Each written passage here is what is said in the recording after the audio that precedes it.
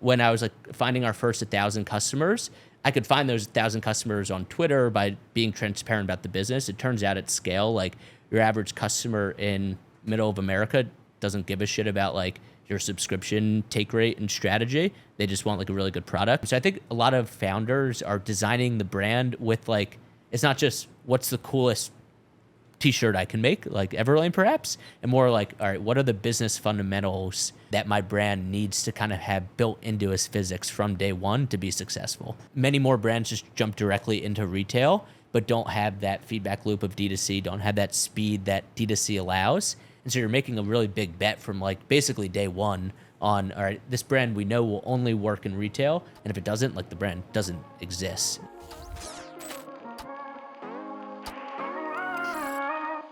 Dan McCormick, founder and CEO of Create, is transforming the creatine market by rebranding the supplement for a broader audience. Originally stigmatized as a steroid, creatine is now being positioned by Create as a safe everyday nutrient beneficial for all ages. Dan shares how the company overcame early challenges, refining its product to become a leader in the space. In this episode, Dan discusses working closely with his fiancée, the strategic decisions behind Create's growth, and the importance of maintaining focus in the e-commerce space. He also offers insights into the current landscape for D2C brands and the challenges of raising capital while scaling a business. Welcome back to Season 2, Episode 17 of the Turning Pro Podcast. Today we have the founder and CEO of Create, Dan McCormick, joining us. Thanks for joining today, Dan. Boys, thanks for having me. I love your product. It's that, I'm just going to start with that. I take it every single day. I want you to maybe just start by telling everyone what you're building.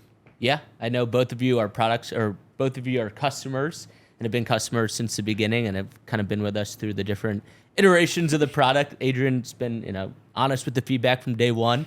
I think we're getting to the point where we have the top selling creatine gummy on the internet across D2C, Amazon, first creatine gummy in GNC.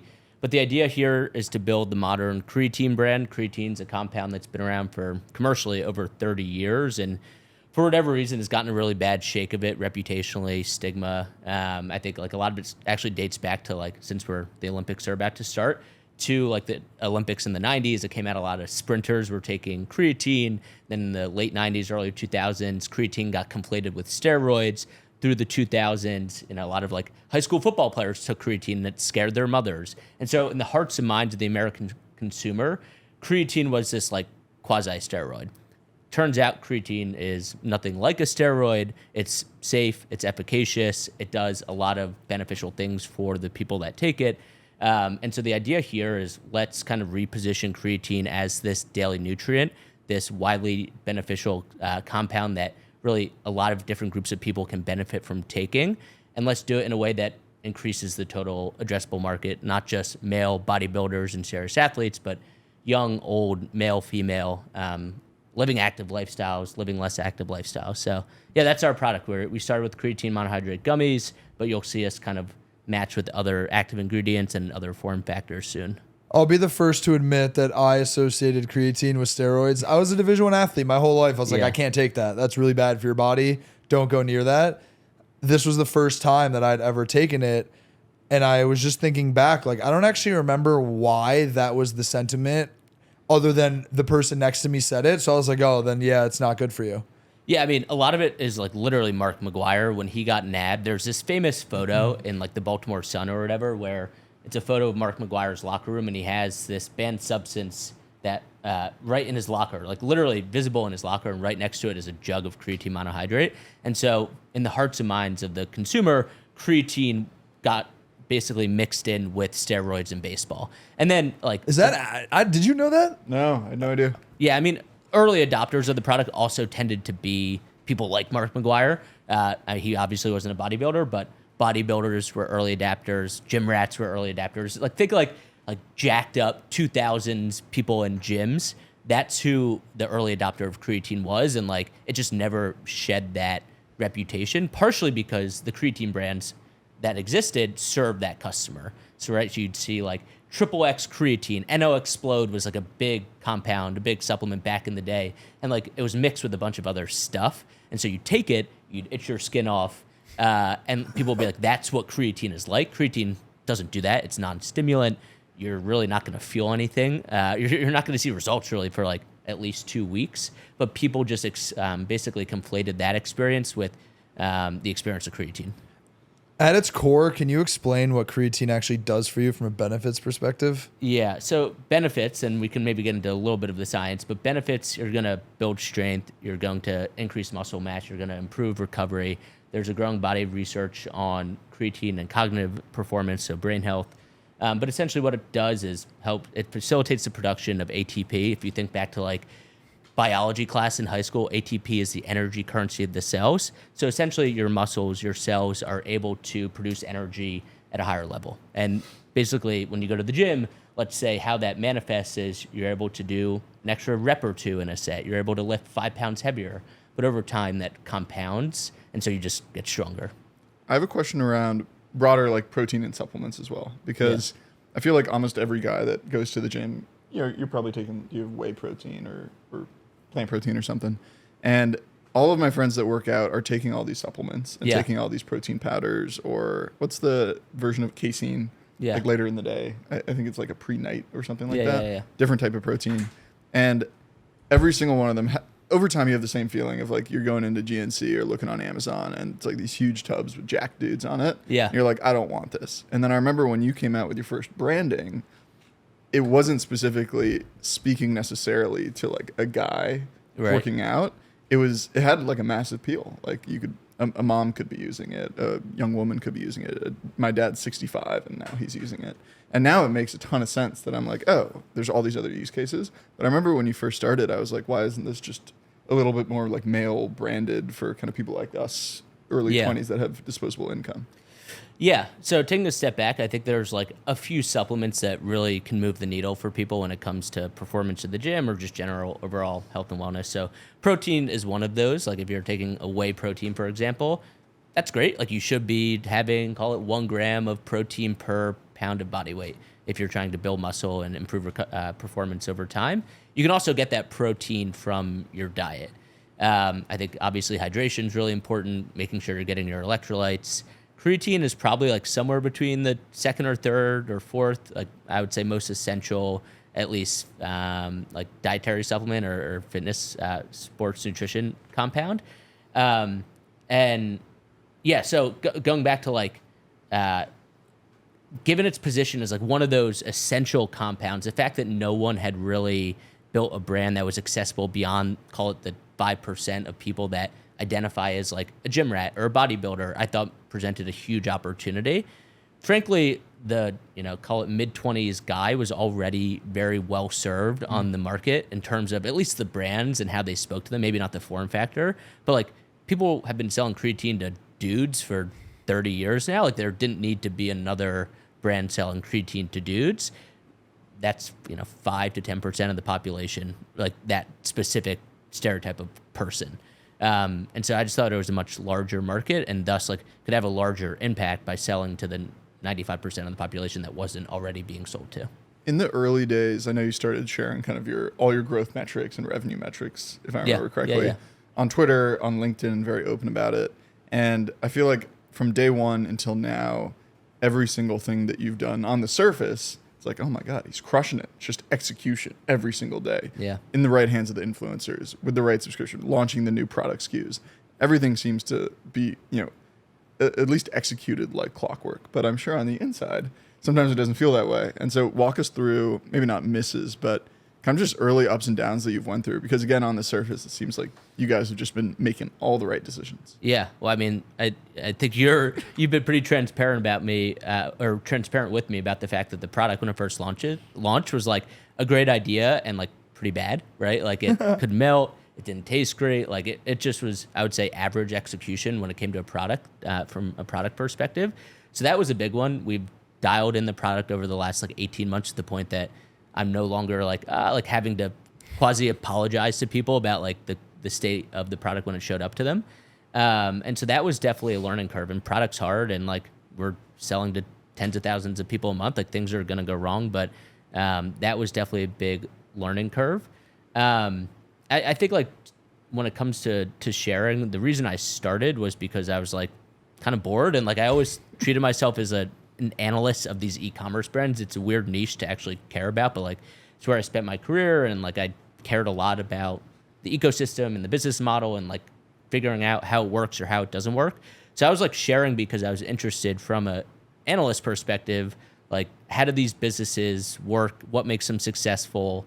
Trying to also avoid a lot of the mistakes of the brands that I had worked at previously. And so, yeah, it was just like, I was interested in the results of my own business. And at the time, the stakes were super low for me. So there was only upside in sharing, right? Like if someone knows if I did like $100,000 versus $112,000, it doesn't matter in the early stages. So just share it away. Why'd you stop? Why'd I stop? I stopped because one, I thought it was becoming a little bit cringe of just like the numbers were large enough to the point where it's like a little cringe. I felt kind of awkward sharing like the revenue numbers. Two, there was just more, frankly, stakeholders involved that, had voiced kind of like, hey, maybe don't do this. And after like telling them, 10 times, like, there's actually tons of benefits. It just came up enough where I was just like, not worth it. And three, at the scale we're at, it doesn't move the needle anymore. When I was like finding our first 1,000 customers, I could find those 1,000 customers on Twitter by being transparent about the business. It turns out at scale, like your average customer in middle of America doesn't give a shit about like your subscription take rate and strategy. They just want like a really good product. And so getting like an incremental 100 customers from sharing in public for a D2C brand just didn't move the needle anymore relative to the potential downsides of like attracting competition and not living up to the hype and all of those things. So you have one, unless it's changed since we last spoke, but last time we spoke, you had one other full-time employee in the business. Is that still correct? Yeah. So I work with my fiancée. She joined the business, I guess, about 7 or 8 months ago, full-time. Which is so badass, by the way. Yeah. She like had a whole career in traditional finance. And I think like my philosophy prior to hiring her was like, no full-time employees. I'm going to go at this alone, outsource everything, like focus on being a killer operator and like not focus on building a company and a team. And that has transitioned over time. And as I thought about like, all right, I had this beautiful thing going. Who's the one person that I can bring on that's not going to mess that up? Like, who do I trust 100%? And it was her. And she also had the background that I needed from like a finance and operations perspective. So yeah, we've been working together as a two-person team now for like 7 or 8 months. Can you speak a little bit about how that has affected your relationship? Like, is there ever a moment that you guys can sit down for a meal and not talk about business or what, I guess, let me rephrase that. What are the pros and cons of building a company with your significant other? Yeah. I mean, it's like the ultimate upside, ultimate downside decision. Like when we first decided to do it and I was talking to people about it, like people recognize both the upside and the downside. They're like, oh my God, man, that's awesome. You get to build this thing with your partner, something special, something you both care about. Like, if this goes well, it's the best thing in the world, right? Like you build a business with the person you love, hopefully working on something you love.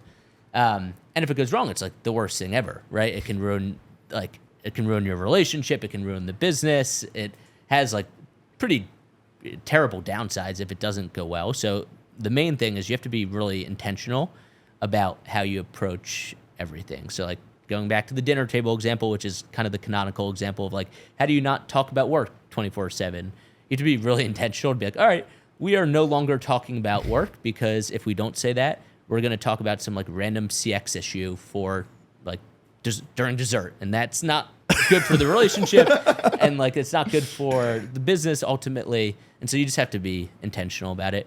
And you can't go in eyes wide, like you can't go in with the assumption that it's not going to have an impact on either your professional relationship or your personal relationship. Like it truly is an integration, and going in with the like, I would say the belief that like it's not going to have some impact, positive or negative at all on the relationship is just not realistic. I think when you posted that picture of like our new employee or something like that, it made me so happy specifically because I feel like in any relationship, not even talking about working together, one of the biggest or most important things that come into play is respect for each other.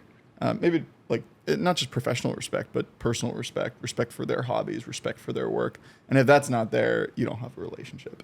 And making the jump to not only have her like freelance with you, but literally come into the business with you is the ultimate kind of sign of respect. Yeah. Right. It's not just a favor. You guys are a serious company growing incredibly quickly. That is like the ultimate sign of respect. Of like, I respect your intellect and your work ethic, and not only from a romantic lens, but like I want you to be a partner in this. Yeah.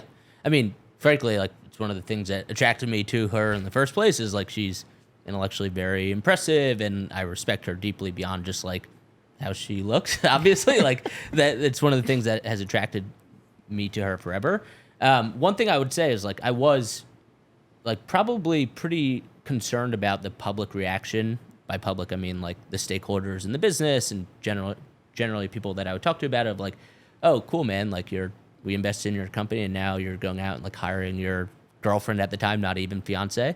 But basically reaction beyond like a few maybe like schlubs that had a immature reaction, I would say, or maybe not immature, but not a reaction that I thought was merited, was that's a huge sign of like, that's a bullish sign, right? Like our family is now going 150% in on creatine gummies. Like, if this doesn't work, we're burning the boats, right? I'm all in on that. I agree 100%. Yeah, there's no hedge. It's 100% in, and I think most people viewed that as like a positive signal, actually, that she was gonna leave her job at Goldman that she spent like the last years to make crazy. like half as much money to sell creatine gummies. I hate the person who had a negative reaction. Yeah, not my favorite person either. So you also have a history of going into business with close friends and or brothers, and so was part of it also, I guess kickstarted by the fact that you had maybe a good experience working like with your brother and with your family in the past?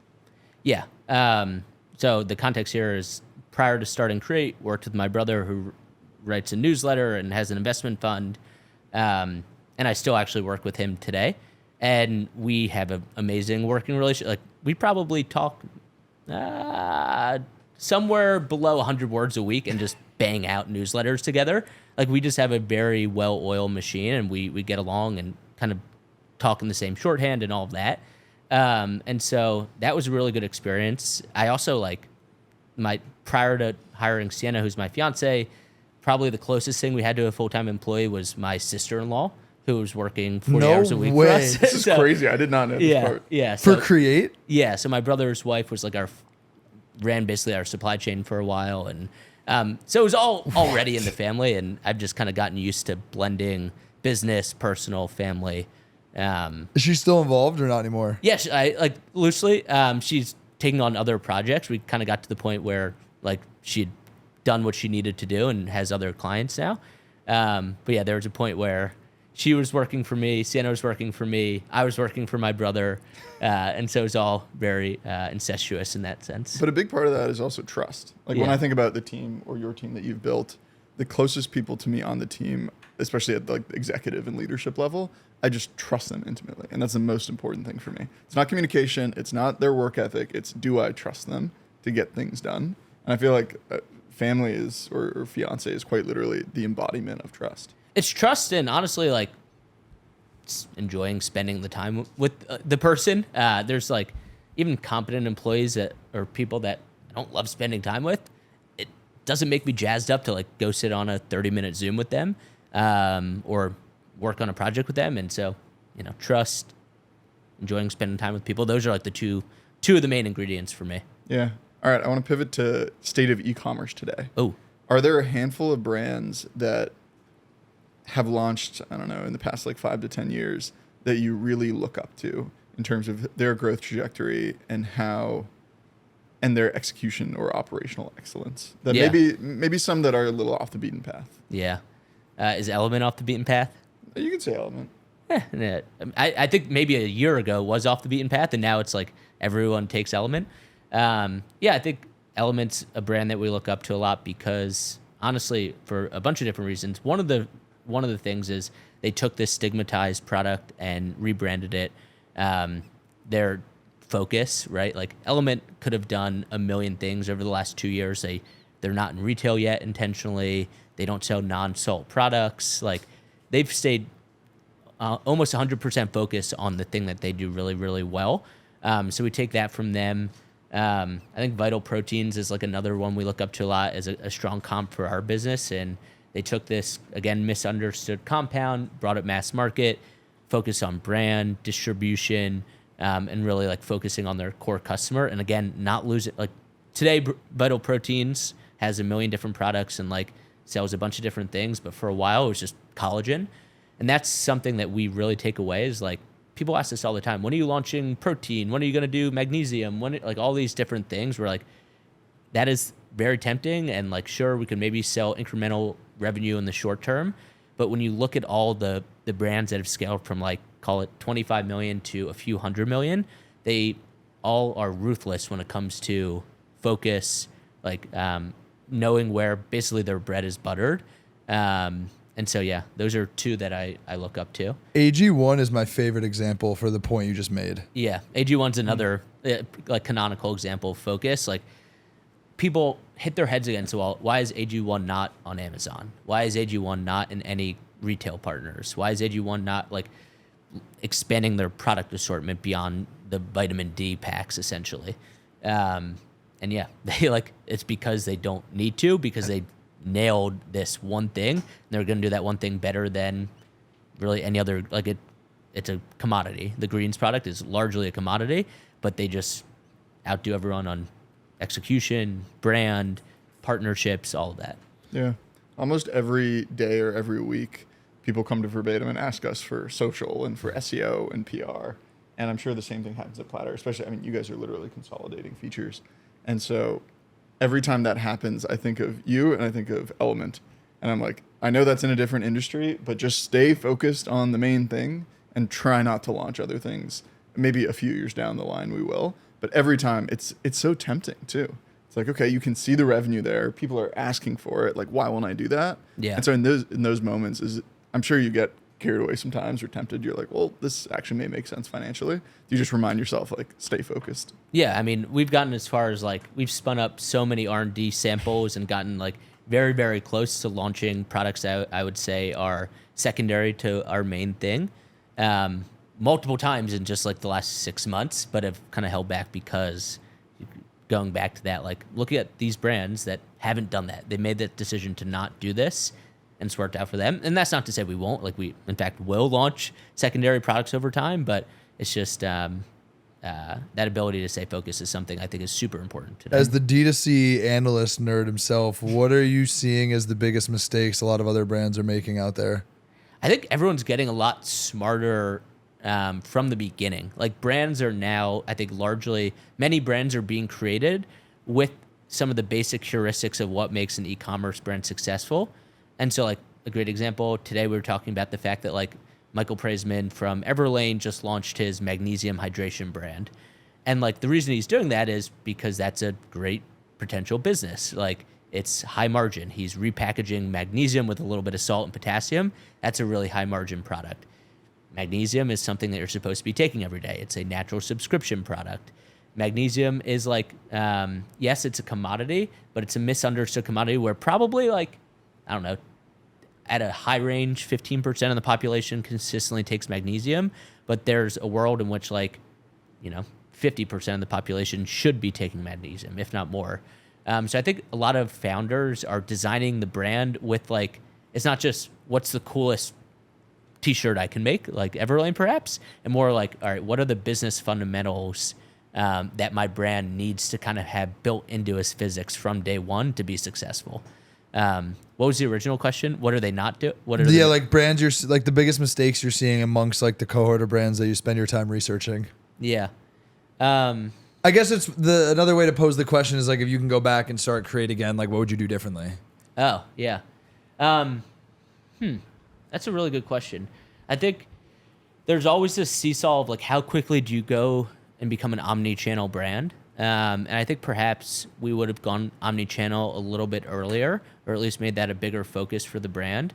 And I think like some other brands may be even jumping into retail a little bit too early today. Like that pendulum has swung back to the point where, 5 years ago, like retail was a dirty word. And like, if you weren't a D2C brand, you didn't know how to focus on the customer, like false dichotomy painted. Today, it's like everyone kind of jumps directly. Many more brands just jump directly into retail, but don't have that feedback loop of D2C, don't have that speed that D2C allows. And so you're making a really big bet from like basically day one on, all right, this brand we know will only work in retail. And if it doesn't, like the brand doesn't exist. So I think going back to that point, like if I were to do it again, I think having the flexibility of having 3 channels across D2C, Amazon, brick and mortar retail allows you to kind of play the trends a little bit easier. When we met up 4 or 5 months ago or something, I remember we were walking around downtown and I was like, New York feels such a great place to build an e-commerce brand. There's all these operators around here. And I was like, are you going to the event circuit and podcasts and dinners? And you were like, dude, I'm at home all day with my golden retriever and he's there and I'm there and I'm on my computer all day. And so walk me through what an actual day in the life looks like, because I feel like a lot of people on Twitter have a very different experience. Yeah. It's that I now have like a shoebox of an office in the Amex Tower, which is a block away from my apartment. So essentially, sitting at home. But no, get up, go to the gym at 6 a.m. In the office by about 8. I'm doing all of this again with my partner now because my fiancée is my business partner. Gym at 6 a.m., take the dog to the dog park, office at 8, come back at around noon or 1 to take the dog out again, go back to the office for a few hours, maybe get a run in at the end of the day, dog again, dinner, work, hang out. It's a very flexible lifestyle, which is part of the reason why we haven't built a big team. And like, that's going to change. Not something it's something I'm like excited about doing, but it's going to be kind of a big change to our day to day. We are kind of the masters of our day to day universe when it comes to scheduling and planning. I would say like, Ben kind of knows this is what I think I just say no to like a dope omakase dinner to Ben either tomorrow or one of these days. It's because, I like to think about it like the 2 hours that I could be going to that dinner, I could be like weirdly obsessed with subscription data in my computer, and like that could have a huge impact on our business. And so that I'm frankly not a great networker when it comes to that. But I would be like, I kind of almost know that he's not going to come, but I'd be like remiss to not invite him. It's like, oh, it's like a nice omakase dinner. Like I enjoy him being around. Like I'm not going to not ask him. I already knew he wasn't going to come.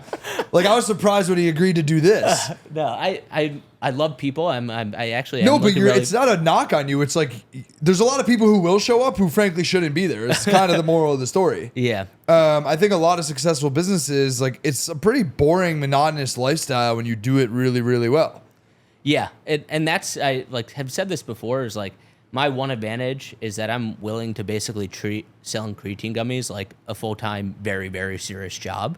And like one, I think broadly, a lot of people that start brands don't treat it like a very, very serious job. They treat it like, oh, I have this cool brand, we sell stuff online. But then if you even niche down further, I think about how many people in this world are willing to like basically spend 10 to 15 hours a day selling this very niche product. And there's maybe like 3 to 4 of us that are willing to dedicate their life to that. And so that helps kind of focus in the energies and like at least justifies, in my mind, not doing all of like the networking. Dude, stuff. how many people are going to listen to this episode and be like, that guy's not going to make it? Like, no shit he is. Like, we need to like take that last 2 minutes and clip that and be like, if you're a founder and you're like struggling in your business, like fucking listen to this. And I don't want to make it like hustle porn or anything. No, it's simplification. I think it's just the reality of like what needs to get done and how serious you need to take it. You don't make it sound like I don't sleep, I don't eat healthy. It's like you wake up, you go to the gym. If you could find time to go to the dog park, like you clearly aren't like this crazy hustle mentality culture person where it's like everything else in your life should suffer. Yeah. It's really just you're simplifying things. And I think oftentimes people will go to these dinners and do these other things.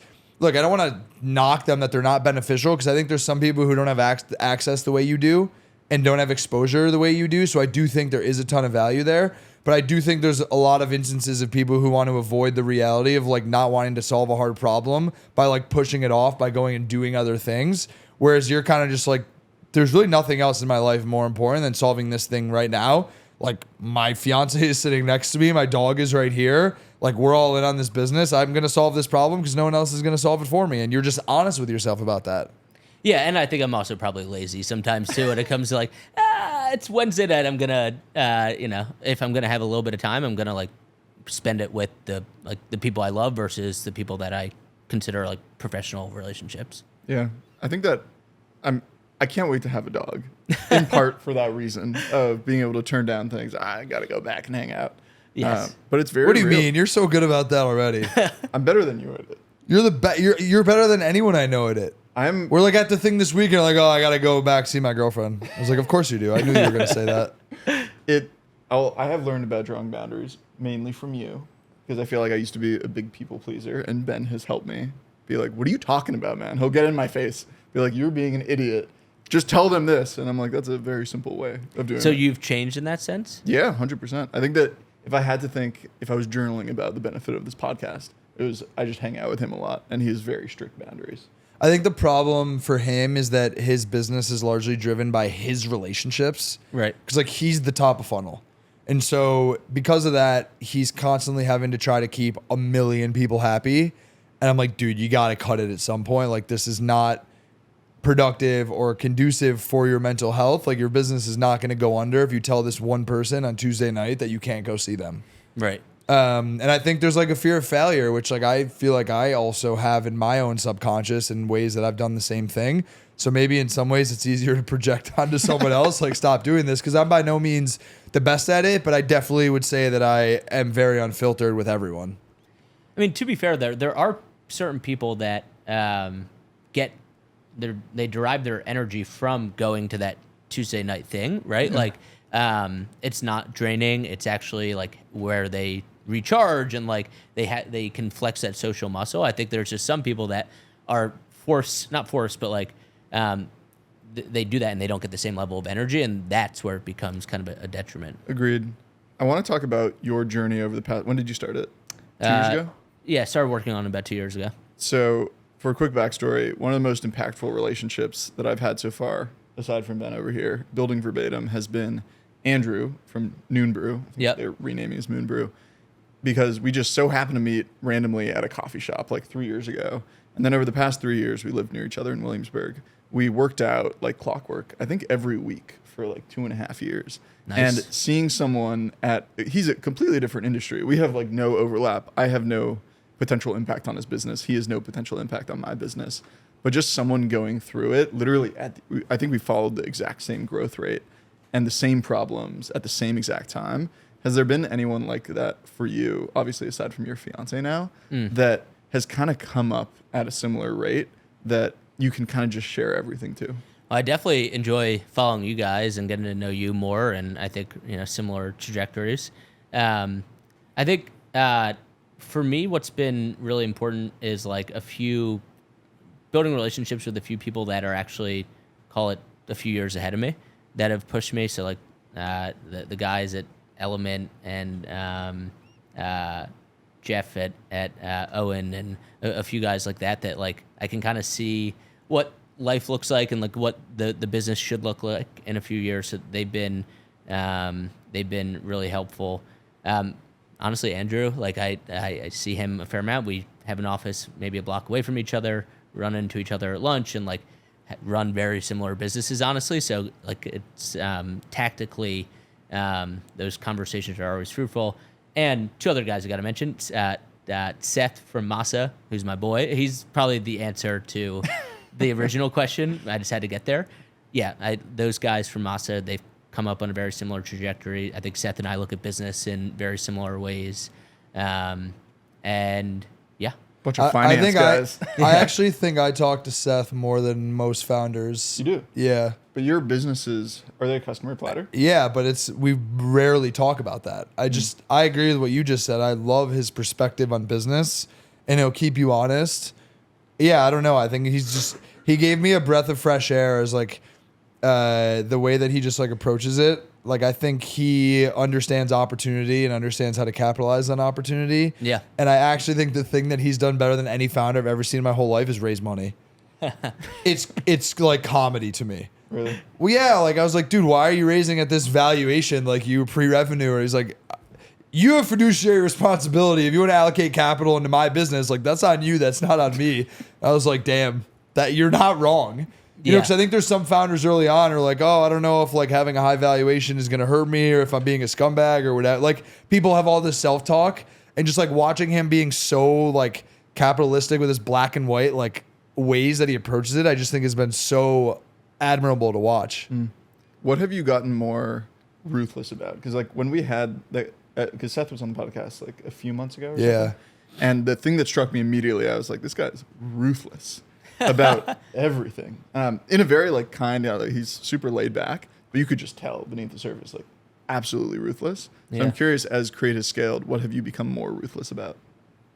I can tell you the one, actually, I'll give you the one major highlight that he gave to us, because I remember, is like he's really hard to get a hold of before, like, I don't know what he said, like 12 o'clock or something, because he's like, has PTSD from the PE days where like the mornings are his and he doesn't give a shit. Yeah, those guys, like, they work their asses off, but don't go to work until like 10:30 in the morning. So I guess that's what he's trying to replicate. Ruthlessness, I don't know. I'm not like a ruthless operator in that sense. Like I'm actually, I would say pretty understanding. Don't have like super exact. I'm not a perfectionist by any means. Like if I would never been a good investment banker, investment banking analyst, my attention to detail is actually quite shit. And so I'm not like ruthless in like the traditional sense. I would say how I spend my time, who I spend my time with. You know, if I'm like deciding between, you know, guys that I've known for 15 years from high school versus like going to a, you know, e-commerce center, like I'm probably going to choose like my best friends, is one thing I think probably where I'm most ruthless. Yeah. As you think about kind of managing and keeping relationships going from buddies from growing up, buddies from high school, buddies from college, I'm sure, even kind of those first few years out of college, as I think any entrepreneur has experienced this, where now when you hang out with Andrew, or if we're hanging out right now, we can talk about, we have similar language. You can talk about things that you can't with others. Yeah. And we've both definitely kind of gone through this experience of, on one hand, those like new relationships are beautiful because like it's someone you just met and you can immediately talk about the exact same things that you're going through. Totally. And on the other hand, I love my high school friends to death. They're going to be at my wedding. They know my parents. Like people that know your family from way back or keep them around. Yeah. But at the same time, sometimes we hang out and I'm like, you know, we're all big Arsenal fans, but outside of that, we just don't have as much life overlap now. Yeah. And so you kind of have to, you just need to put more effort into it. To kind of ensure those keep going. Have you experienced, has that been difficult? Because I'm sure you've met a lot of cool people. Yeah, no, I mean, what I will say about my friends, like Create would not exist were for like 5 or 6 friends from high school that didn't have $10,000 to invest in the company, like right in the beginning. I think 5 or 6 of them within the first text were like, yeah, here's 10,000. And I'm not like, they're not rich. They don't have $10,000 to like just kind of throw away. And so that was a huge vote of confidence and has made them invested in the business in a way that like kind of keeps everyone in the circle. But to your point, like, yeah, my friends don't really want to talk about like e-commerce in the same way that I do all the time, or entrepreneurship in the same way that I do all the time. And so, yeah, like I think some of the best relationships I have are the newer relationships of people in this industry. And there's a shorthand that you mentioned where like, you know the same people, you understand the same acronyms, you care about the same stuff. But yeah, it's definitely been a little bit of a learning curve. I haven't had to shut people out by any means. Like my friends are still my friends. But I think Kevin from IMI he tweeted this or told me this at some point, that running a company, starting a company is the best personal growth accelerant that exists in the world. Yeah. Because everything changes so quickly and you just kind of have to grow up in ways that you didn't have to before. Have there been any kind of like personal impacts? It could be discipline, it could be focus, it could be patience, that you just got better as a person. Even if Create burned down tomorrow, you just have changed fundamentally. Yeah, I think I could still be a pretty disgusting human being sometimes, to be honest. Like you need to clarify that. Yeah, no, I think I like meaning like there's obviously like I'm a pretty disciplined person, I would think, in my general life, but everyone has their moments where like they're not as disciplined. Yeah, I would say like, I don't know what I'd say to that question. I don't know. Like I'm trying to think how I've changed a lot. I think I've always cared deeply about the things that I've done. I've always cared a lot about business before I even had a company of my own. Yeah, I don't know. I'll have to get back to you. We'll circle back at the end. circle back. What about hobbies away from work? Yeah. I'm still trying to figure you out. What do you do for fun? The gym does not count, man. Yeah, gym doesn't count. Give me something like really random and obscure. It's not even that random and obscure, but like my girlfriend and I, we play board games all the time. Yeah. So every Thursday, you mentioned that I still work with my brother. I bang out like a newsletter read by 200,000 people on like technology and science and things that have nothing to do with creatine gummies. And that allows me to flex a muscle that I don't get to flex at work, where these are things that I'm personally really interested in. Like I love creatine. I love e-commerce, but like intellectually, I'm like, all right, what are some other things outside of this that I can like care about for a few hours a week? And so that's a really nice outlet for me. I'm also just like have very basic dude interests as well. Like I like sports a lot. I used to like sports gamble a lot. Like I have very basic dude interests as well. So Yeah, gambling counts. I didn't expect that was going to be the answer to hobbies, but yeah, sports betting counts. He had the dude interest of like the target persona that creatine once was for. He was one of the consumers. Like I'm gonna take this thing that me and all my bros used to do together and make it cool for everyone else. Yeah, like I like sports. I like hanging out with the guys. So Fair. I was talking to my girlfriend's dad this weekend, and he was like, "Do you sports bet?" And I was like, "I actually have never I've never bet before." Yeah. And he goes, "Well, it's a huge problem. You know, everyone's doing it." And I'm like, "I know. Every single one of my friends is texting me that they're betting on the game and what they're betting on." Dude, my girlfriend has placed more sports bets than me. No. And she's really good at it. Wow. But she always like bets against my teams when I'm watching Football or something. what? Yeah. She's made more money against the Bills, I think, than anything else, and I hate it. It pisses me off. Do you have like betting apps on your phone? No, I don't. I don't sports bet. How do they even? Is it like you can bet on any specific part of the game? Is it only like You can, like, they what make it pretty easy. Yeah, they make it just about as accessible as you want, like whether you're betting on the coin toss or like the next play or Yeah. you can bet on like live plays? yeah. Yeah, you can live bet. Yeah. Wow, you're I didn't like I'm fully out of, like, I'm all betting for mode. people being like I don't sports bet, but for you to sound shocked that you can live bet in 2024 is actually crazy. I had Were you no guys idea. aware of like the Caesars arbitrage maybe 2 to 3 years With ago? the delay on the lines? So it was during like peak ZERP when all the sports bets, or gambling became legal, sports betting became legal in New York. So all the sports books that were sanctioned like rushed into the market and were giving out these crazy, basically sign up bonuses.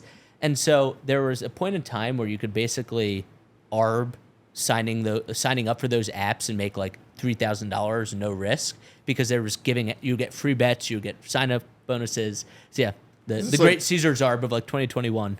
Is this like early Get Here and like all those Around that like time where Gorillas like and all those sign up companies? bonuses were how all these apps were growing. Do you remember Fast AF? Oh yeah. $100 free stuff. Yeah. Like every single day there was some new discount code.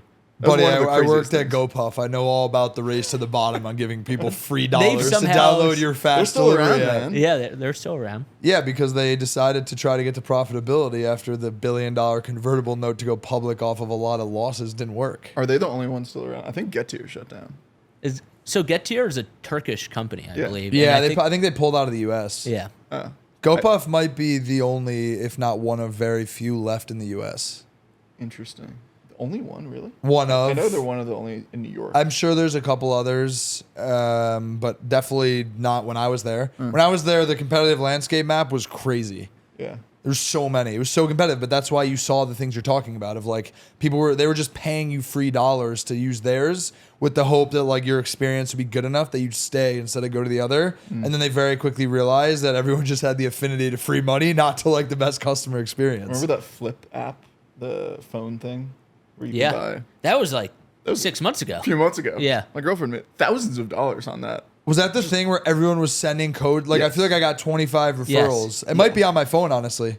There was some like retention chart of people that use the sign up free code or whatever, and then like second purchase, and it was literally went like this, like straight to zero. That's just like a fundamental business problem at that point.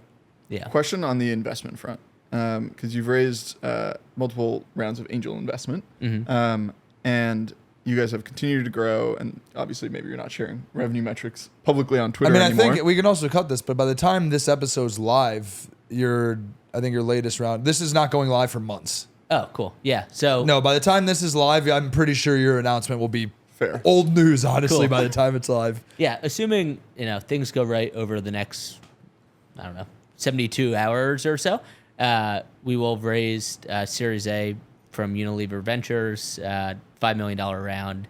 The idea there is build out a small team, continue to invest in growth, and become like a true omni-channel brand. Really make like a big swing at building the Creatine brand. So yeah, that's closing summer 2024, irregardless, hopefully, of when this comes out. Let's go. Well, when it comes to investing or when it comes to raising capital as like an early stage brand right now, every one of my founder friends that are running brands say, hey, it took way more time. Like metrics have to be much more impressive, much more diligence up front. Yeah. But at the same time, I feel like the broader, like all my B2B SaaS friends that raised capital say like in their mind, they just don't know much about the current state of D2C. And they say, oh, like investing's over in brands. And I'm like, well, all the founders I know have at least managed to raise like $5 to $10 million rounds. I don't know about the rounds after that, but walk me through kind of like the state of the D2C investing market. Yeah. So what I'll say is I think you need a lot more traction today to get to kind of a Series A round versus obviously 3 to 4 years ago. I would say a lot of brands are being built from day one. Well, one, like investing in D2C is not categorically a bad investment, right? It all kind of depends on entry point and what the exit market looks like.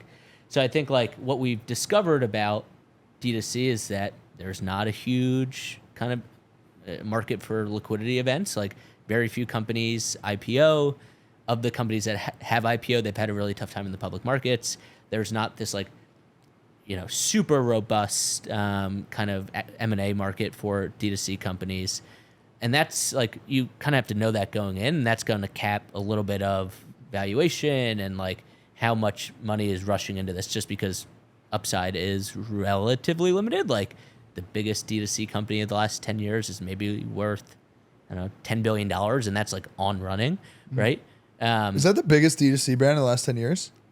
They may have been around longer than 10 years. Like Lulu, that's a brand that's $40 billion maybe. Interesting. But then you look at like all of the software companies that are worth $10 billion, there's like hundreds, right? Yeah. And so upside is relatively capped, which means for an investor to come in and let's say they're underwriting to like a great outcome being $500 million to have a 10, 20, 30x return, they need to get in at a very reasonable entry point. So if you're going out and you have like very little traction, very little proof points, you may even be pre-revenue or pre-distribution as a D2C brand back in 2021, you could go raise around a $2 million round to prove out a concept. And you could do that at like a $25 million valuation. Today, one, you likely can't do anything without proof points and traction. And if you are, it's just been properly underwritten to the point where your valuation is going to be lower because in order to get the 10 to 30x return, the entry point needs to be lower. All that to say is like pendulums swing. D2C got way too hot. People lost their minds. And then it swung the other way where it's like no longer D2C is an investable asset class. If you get in at the right entry point and the right ideas with like the right founders, there are many investment opportunities. I mean, we're seeing the same thing with SaaS, which I think is, I don't know if we're on the upswing yet or still in the trough. I don't think we're at the bottom of the trough anymore. But similarly, market got way too crazy. And I remember running an agency that sells into B2B SaaS for a span of like 8 to 12 months. Just no one was getting funded. Yeah. And like we had to completely change our model, like build out some new offerings in there, completely rethink retention. And now we're slowly, I don't know if it's coming back, fingers crossed, but slowly getting to the point where a lot more bigger seeds getting done, some more A's coming back, and now willingness to spend is a lot higher. And so hopefully that pendulum will continue to go up, but I'm assuming it'll never get as hot in D2C as it was at that point. Yeah. One other comment on kind of at least within D2C is just like there is still capital and there are still investors, but like that messy middle of like kind of like Series A, somewhere between like early stage and growth VC, like true Series A investors, I would say are hard to come by. You have a ton of firms that are cutting like $15 to $20 million checks, which for a CPG business is like pretty much all you would need. So And like the VMGs of the world. Those they're they're private equity, quasi like growth equity firms. Those still exist. They're very active. And there's like the angels and operators that are willing to cut the $10,000 to $100,000 checks. It's in between there where it gets really messy. I think the comparison from my lens on the software side relative to like on D2C, it was you could just take money to experiment and like it either worked or it didn't, and you're raising money pre-product, pre-revenue. The big difference now on the software side is services being part of tech companies is like a very normal thing today. Like tech-enabled services is way more of a thing today than it was a couple of years ago, where it was like you need to be pure play software, like it's, you know, 30x return or nothing, raising ridiculous valuations. I now have like several software founder friends that you also know who haven't been making any money on the services side, who've raised crazy Series A. They're like, yo, Ben, can you like walk me through how you guys have a 25-person team and you've raised less than $1 million and you're profitable? I was like, yeah, like we just decided that our time horizon was going to be like a little bit slower and we were going to let revenue come in the door a lot earlier on. And so I think that has been the forcing function to stay alive as a software company, is getting revenue. Is that an acquisition? Are you using services for acquisition or retention? Meaning like, is the services an extra thing that a new customer needs to see to get over the edge on implementing the software? Or is it like, once you implement the software, the way we're going to get you to keep being a customer is by providing this like very managed service on top of it? That's a really interesting question. I actually think it's a little bit of like, I hate this cop-out answer, but I actually think it's both. I find that services up front in a lot of instances actually helps better for retention because you're setting someone up for success earlier on in the journey. But at the same time, I think there are people who want someone more hands-on, so they're more inclined to let you acquire them as a customer. Yep. So I actually don't think it's black or white in terms of what the answer is. I think from our perspective, what we value about it more than acquisition or retention is customer feedback. Like the services piece has largely been the thing that drives our product roadmap. So we believe that our moat down the line is that we know our customers better than anyone because we power the base of their storefront. So we know more about what their bespoke requirements are in terms of what they want us to build into the future version of our product. I think it really depends on it completely depends on the business model, because there are some companies like a factored quality where that's just a part of the product, right? Yeah, ours is I would say more acquisition today, but I would say in the future it's actually agnostic. It depends on the business that's coming to us. Yeah, there's also a lot of bigger software companies. Like I know Triple Whale launched like a consulting service or like professional services, and even growth stage companies now. Like I'm getting slammed by my ClickUp. Apparently, I have a representative, which I didn't know, and we use it for our team and like love the PM software. And they've been pinging me to like hop on a call. I'm like, guys, I'm using the software and we're paying a lot of money for it. And they want to talk about like, oh, we can do custom builds for you. And so I assume it's going into like later stage markets as well. I think the sentiment now is, why are we leaving revenue on the table that could be available to us when we don't actually know the next time funding could be available to us? Because I think the trade-off in the the 2020, 2021 days was, why would I go scrape by to get like another $500K of top line in the form of services when I can just go get like another $200K of true recurring revenue that trades at a much higher multiple? Like it's a distraction for my team and my resources to be spending doing that. But for us, it's like, if you don't know the predictability of the funding market, why not build a model that can live on by itself, and then you have more optionality if and when those opportunities arise? Fair. Curious on your lens, what do you get stressed about right now? Because every time I see you, you're laid back. You're happy. Yeah, he's like the golden retriever dog, but he's the operator. Same with when Seth was in the seat. I asked him the same question. That is such a good point about him. He's always like happy and smiling. Huh. But you're also calm. Yes. Which Seth was sitting right here, hoodie on, was just chopping it up. And I'm like, dude, I know there's stuff in your business that's stressing you out, but is there anything right now that like genuinely stresses you out? Like a very acute example, today is January 16th, July 16th, there we go. I'm like, damn, this guy's like playing years ahead of me. July 16th. He's in 2025 already. Which is Amazon Prime Day. Very important day for our brand and many other brands. There's this thing where like you need to basically front load a boatload of inventory to Amazon weeks in advance, such that it's checked in properly and available for sale for context here, like sales can be anywhere from 3 to 10x more than it is on an average day. So for us, like a very important day. How are we doing? It's 3:30. We're doing good, I think. We're doing good. But like last weekend, I'm at the beach with my fiance and her family. It's Saturday, and like I just realized that we didn't ship the inventory on time, and I was like, we got to leave the beach right now, go back to the office and figure this out, because this is like, as much as I love spending time with family and being at the beach, this is like a multi-$100,000 thing that we need to go figure out right now. So there's like a lot of little operational things that still, we fly super low to the ground in terms of like in the weeds. We do the, like we very much manage the business still. Yeah. And so I would say over time, that's very acutely stressful, but over time you build up a little bit of callous towards it, where it's like, yeah, this happened yesterday and turns out we're still around today, and like we'll be around tomorrow. And so I think that's probably where some of it comes from. What does the team look like in the not so near, or I guess in the near future with this growth piece, which I know part of you is like, fuck, I have to give up this amazing like habitual life that me and my fiance have, but I also have to like build a massive business. So now I got to bring in some people. Yeah. So hiring like a head of growth, a head of brand, someone that knows what they're doing in retail, because I don't. Like, I'm an internet cat. Yeah, he tripped and fell into GNC just like by mistake. Just happens.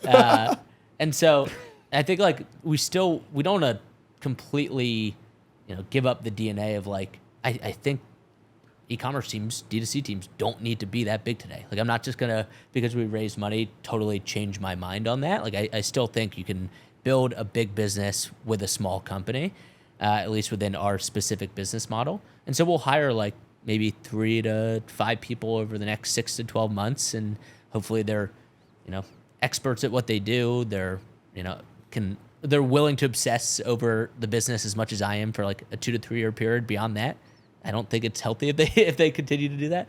And then, as I said, like much like my fiance who I decided to work with, like someone I trust and enjoy working with. But is your philosophy like pay the absolute top dollar for the best person in the business for the role? Like where do you sit on that spectrum of? I think a lot of people feel differently, so I'm curious what your take is. I love like a grindy person early in their career, which generally doesn't mean top dollar, but like for the right person, pay up. Yeah.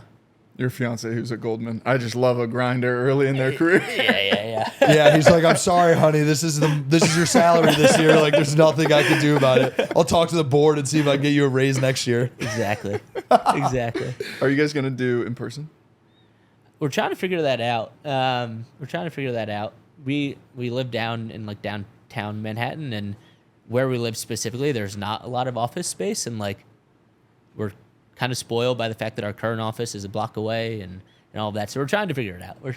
Do you value like are you pretty hard nosed about like I want the team to be in person, or are you cool with remote? I'd prefer for the person to be in, like the team to be in person a couple of days a week. Yeah. Yeah. Looking back now, I wish I had made that decision earlier. You guys are both hybrid or? We're remote fully. Remote. Same. Remote. Yeah. You can't go back on it now. And I think we've been able to get talent from around the country. Like our VP of content just went back to Phoenix to be closer to family. And there's things like that it's like, if we had it in person, that would make it really hard for people. But looking back, I kind of wish I did. I have a reason for why we are. I've never spent a day in my life in an office mandate job. And like I graduated in 2020. Right. So it's like kind of all I know. And knowing what I know about you, you seem to get energy from moving around and doing a bunch of different things. And yes, you can be like very, very focused and like dialed in, but it seems like you weren't meant to just sit in an office. So tell him the truth about me. What, that you... I don't leave. I'm actually like... In here? He's surprisingly... I literally don't leave. Huh. From the outside looking in, if you look on the internet, I'm like the most extroverted person ever. Yeah. I'm an extrovert introvert. My girlfriend has to drag me out of the apartment. Huh. You go out to like go on runs and stuff, and I'll your leave to people. like exercise. Got I think like if you eliminate the concept of like exercising as a means to like socialize, and like I'll do business deals when I'm like running or at the gym or whatever, but outside of that, I actually hate going places. Like just so you know, this like omakase dinner we were talking about, I didn't plan that. Like I'll Like, go. I don't want to be there. I won't hold it against you. No, like I'll go, but like that was Yeah. not my idea, and I actually am very much like an introverted type person in terms of like where I spend my time and how I spend my time. I just think that I have a strong presence in terms of what people portray me as on the internet. Interesting. So you're an introvert playing an extrovert, and I'm an extrovert. I'm an playing extroverted. introvert. I'm an extroverted introvert. Where if I'm around people, I get energy, but if I'm by myself, I want to like be by myself even more. Yep. And so why you think because you're never in an office, why given that it seems like perhaps you could excel in an office environment, why would you not have an office? I think it's twofold. I think one, it would actually be distracting for me because I get more energy from being around people. Like I think I'd struggle to like actually just like go in my box and do the things I need to do if I was like around people all the time. Yeah. I think the other thing is I wouldn't be opposed to it in the future, but I think the nature of how this business unfolded, it was kind of an inevitability where like one of my co-founders is in Boston, the other one's in Buffalo. We bootstrapped this, so by no means could we support three of us living in New York City, like where we were at. And so I think we Yeah. had to deal with the fact that like it was just going to be a remote company. And then we started hiring people offshore. So then it was like, okay, we know for sure we'll never be 100% in person in the same office. We just made our 4th New York City hire who starts tomorrow, actually. Oh, hell yeah. I don't know. Maybe we'll go in office once every 2 weeks just so like it's fun and you can be around each other. But I'm not opposed to it. I just think it transpired the way that it did, and it wasn't necessarily intentional or not. It was just the hand we were dealt, and we had to make the most of it. How about you? In terms of like in person versus like working habits. Yeah. Well, actually, just going back to the question, Ben is a introvert that plays extrovert. What are you? I play extrovert. I'm very much an introvert. My sister was making fun of me. I was with her like last week, and she's dating a guy who's very similar, like can be extroverted, but really just likes to be alone. She was like, I understand you so much more since dating my boyfriend, because sometimes when we're at home, I know you have a long day of calls, and you'll just go in your room for 3 hours, and I'm just like just on my computer. I'm usually working or something. Yeah. But I'm so content just like going for a walk, being by myself for a while. Yeah. I don't think I used to be that way, but I think a large part of what my job has evolved into is sales and BD and hiring, which is so much extroversion. Yeah. Like if you look at depends on the season of the business, but a calendar, it's like 3 interviews, 4 sales calls, networking. Dude, you've meeting never the seen a right calendar folks. like his in your life. And that's Ugh. coming from someone who has a lot of calls. I think you would fall over if you had to do what he does every day, knowing what I know about you.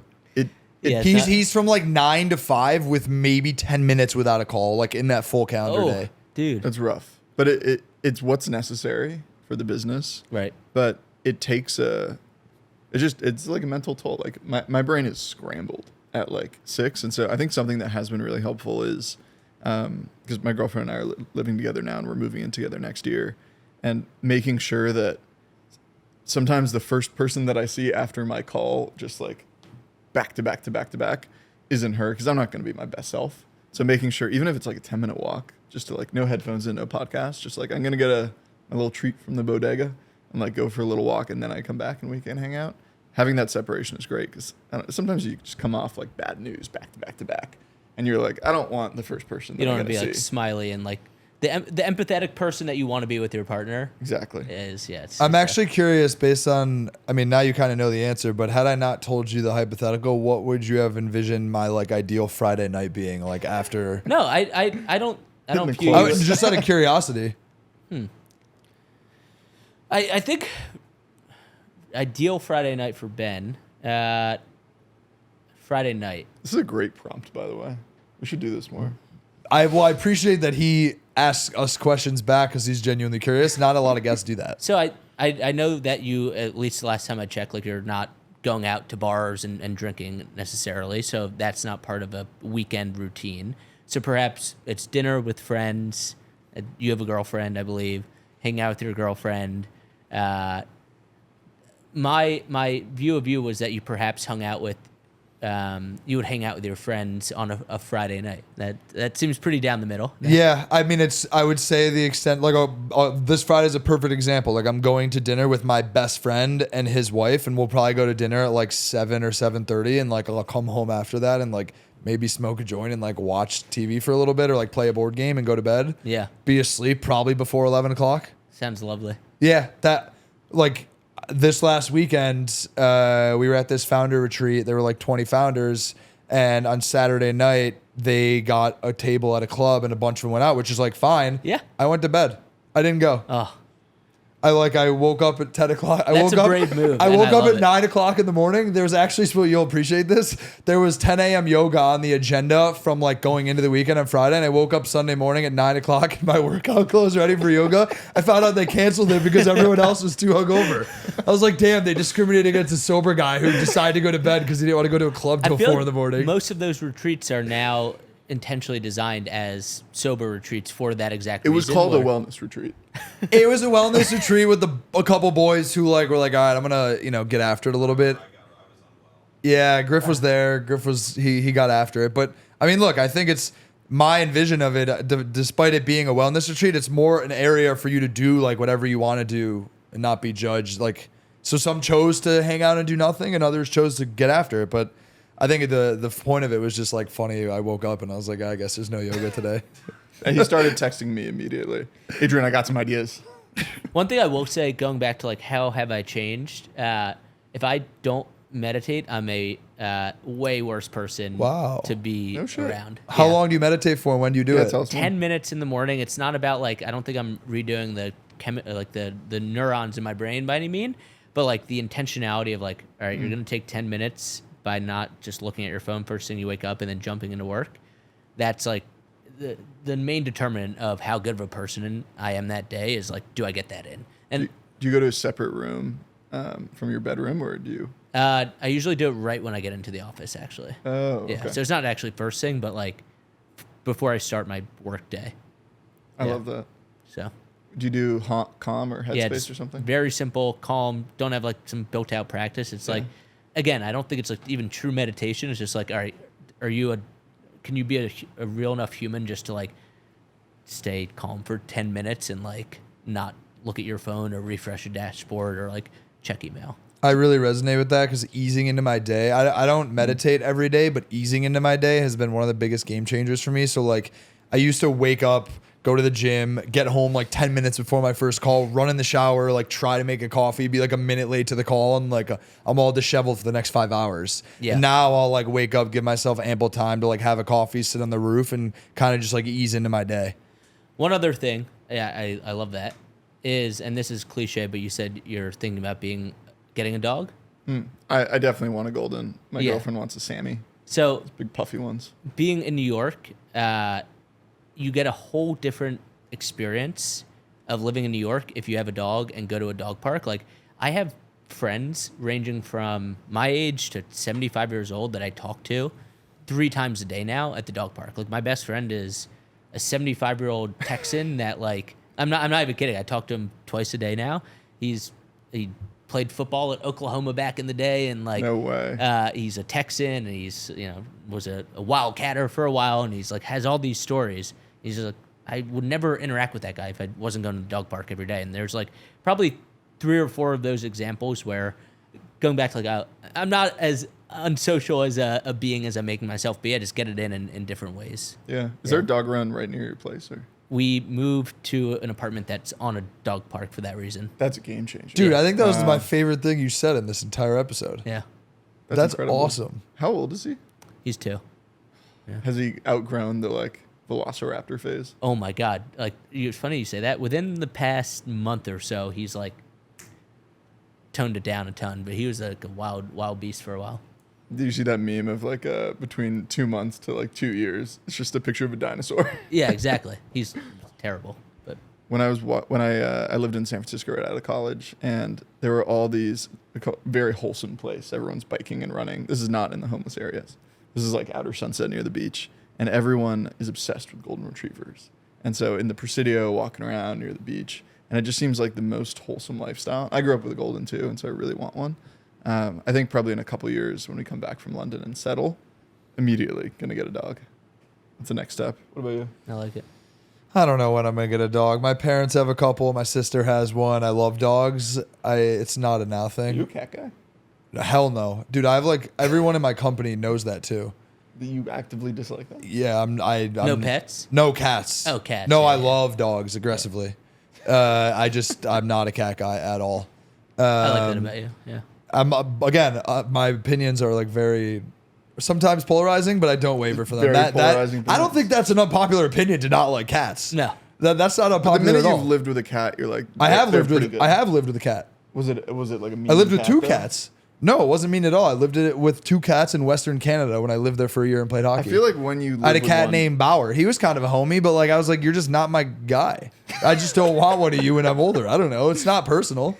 Do you guys talk outside the podcast, or is this the main social? Is this the main Ben format and for I you guys? text all day. all day?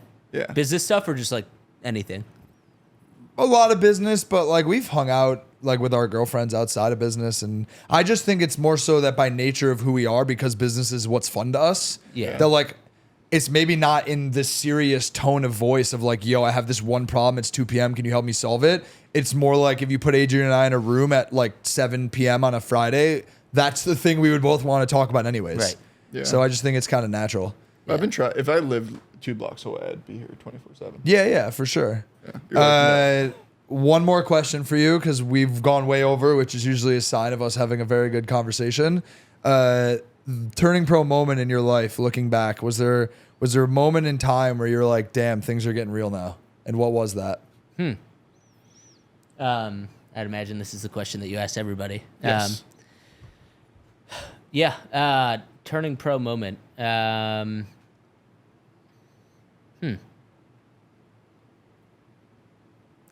I think pretty early on in my career, like I went to a good school. A lot of my friends had like really cool jobs right out of school, and I didn't. And basically, like went home after college, didn't move out of the house. Was like slinging software for some like random company that I didn't care about, and like wasn't enjoying life. And then like basically the turning pro moment was I knew I wanted to get into e-commerce. Away at the time was like 2017. Was hiring, really hot company I admired, was like doing something interesting at D2C at the time. And I took like the lowest job at the totem. I managed the operations behind the monogramming studio at Away for the first year, made what was criminally low amounts of money. Like I one day slacked our general counsel and was like, hey, can we talk for a little bit? And I was like, he like pulled me out in the hall. I was like, yeah. So I did some research, and it turns out like you're paying me below what's allowed in New York State right now. That's fucking crazy. And like living in New I York. had no idea. And Wow. which was at the time $40,000. And despite that, like lowest man on the totem pole, making criminally low amounts of money, like worked my ass off for like to run the best monogramming studio possible for this company, or for this company that wasn't mine. And so I think that was like the turning pro point where I was like, I moved out of the house, took this job, but I had like a vision that I'm going to do this because this is an industry I'm really interested in. I know if I can just get my foot in the door in New York City, like I'll make it. And that was kind of the moment. Dude, How did you live on that? The first people I lived with, I moved up PTSD moment. I moved up to New York. they triggered him. We lived in Murray Hill. It was like a very small 2-bedroom apartment. The other room was occupied by, they could not have been older than a 19-year-old couple that went to, what's the university in Murray Hill? It's a Jewish university. Yeshiva? Oh, yeah. Yeshiva. A young couple, which was a weird dynamic to live with. They were like, could not have been 20 years old. And me, I lived on a blow-up mattress in their apartment for 3 months, found it on Facebook Marketplace, and then eventually moved out. But yeah. Wow. It's a great origin What a obsession story. story right there. Yeah. Hell yeah. All right. Can you talk to the camera on the left? Yes. Tell people where they can find you and the brand. Yeah. So you can find me on Twitter at DA McCormick13. You can find the brand at trycreate.co, or Amazon or GNC. Go try it. The sour apple gummies are really good. Yes.